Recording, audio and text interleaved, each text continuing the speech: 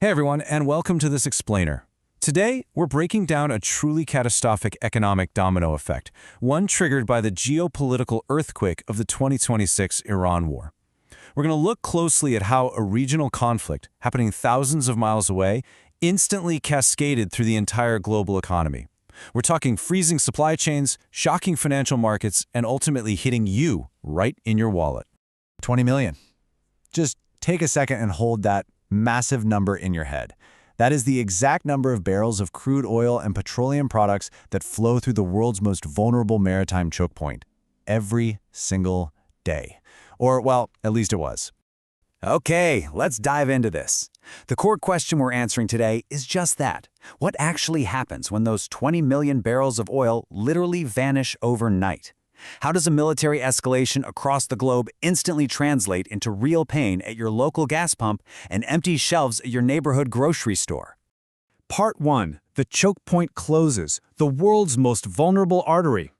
To really understand the sheer scale of this shock, we first have to look at the geographical trap that turned a geopolitical conflict into a total global economic emergency. The Strait of Hormuz connects the Persian Gulf to the Arabian Sea and the rest of the world. But here's the catch. It's an inescapable passage that is just 21 miles wide. When military conflict erupted, this incredibly narrow artery, which is essentially the central nervous system of global energy, was functionally severed. The escalation was incredibly fast. In late February 2026, joint U.S.-Israeli airstrikes, under the code name Operation Epic Fury, targeted Iranian leadership and infrastructure. Then, by March 2nd, the retaliation was underway, with drones striking the world's largest liquefied natural gas facilities over in Qatar.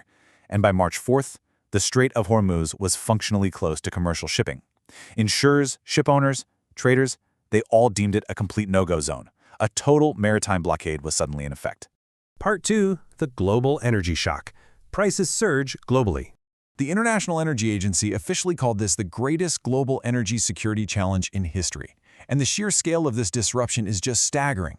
This one single strait handles 21% of the entire planet's petroleum liquids consumption and 20% of the global liquefied natural gas trade. Literally overnight, a fifth of the world's vital energy supply was suddenly trapped behind a wall of conflict. And of course, the markets reacted exactly how you'd expect. Brent crude oil prices surged past $120 a barrel, just a massive, immediate spike. But this isn't just about abstract commodity prices on some trader's terminal.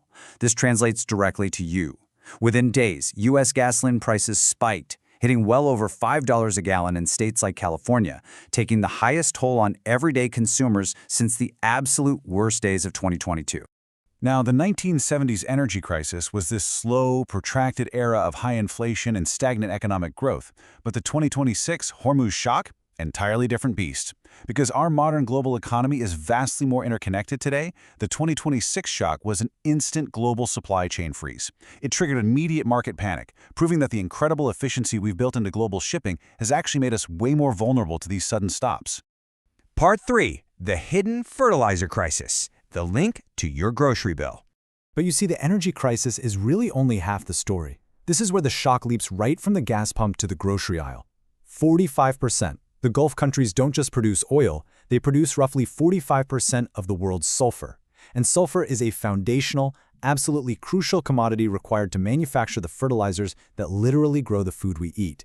And suddenly, that supply completely ground to a halt. The industrial supply chain collapse that followed was chaotic, and it was rapid. Roughly 50% of global urea and sulfur exports were trapped. Fertilizer costs skyrocketed worldwide, threatening crop yields pretty much everywhere. But it didn't even stop there. The crisis severely constrained the supply of helium, which is absolutely vital for manufacturing semiconductor computer chips. And even more frightening on a local level, desalination plants in the Gulf were attacked, cutting off the source of 99% of the drinking water in places like Kuwait and Qatar. Part 4. The food security emergency. Empty shelves and skyrocketing costs. That fertilizer supply collapse instantly triggers our next domino, which is an immediate agricultural shock everywhere else. Maximo Torero, the chief economist at the UN's Food and Agriculture Organization, summarized the threat perfectly. He said, "The loss of Gulf exports creates an immediate global shortfall with no quick substitutes. Unlike oil, where countries actually have strategic reserves, there are no massive strategic stockpiles of fertilizer just sitting around to bail the world out of this specific mess. And the human cost of this, is frankly devastating. The World Food Program warned that up to 45 million additional people worldwide are at risk of being pushed into acute hunger solely because of this war and the resulting agricultural bottleneck. Over in the Gulf itself, it was pure, localized panic. Gulf Cooperation Council states rely on the Strait for over 80% of their caloric intake. So when the Strait closed, 70% of the region's food imports were instantly disrupted.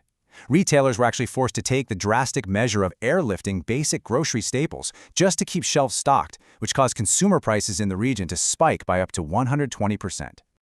Part 5. The economic dominoes fall. Global stagflation returns. Now zooming back out to the macroeconomic picture, these interconnected shocks, energy, manufacturing, and food, they absolutely batter the global financial system, signaling the brutal return of global stagflation. And the transportation shock wasn't limited to the sea either. The skies emptied out too.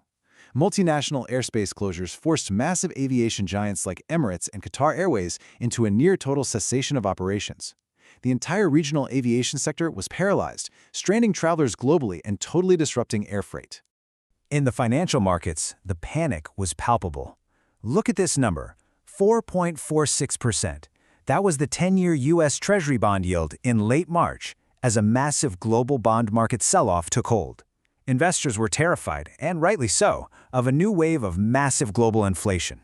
And the hits just kept coming across the board. Global stock markets plunged as the reality of the situation set in. The 30-year U.S. mortgage rate climbed to 6.38%, putting really intense pressure on the housing market. The UN Development Program estimated that Arab nations could face up to $194 billion in lost GDP. Central banks, like the European Central Bank, had to completely rethink everything, caught in this nightmare scenario of surging inflation driven by supply shortages right at the exact moment global growth was stalling. Part 6. Is there a way out? Adapting to the new normal. So how can the world possibly adapt and alleviate such a massive bottleneck?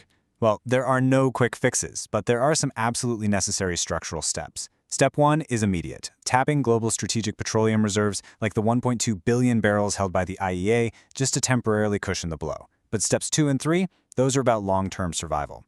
The world has to accelerate alternative liquefied natural gas capacity outside the Gulf, and crucially, we must invest heavily in overland pipeline, rail, and port infrastructure to physically bypass these vulnerable maritime choke points.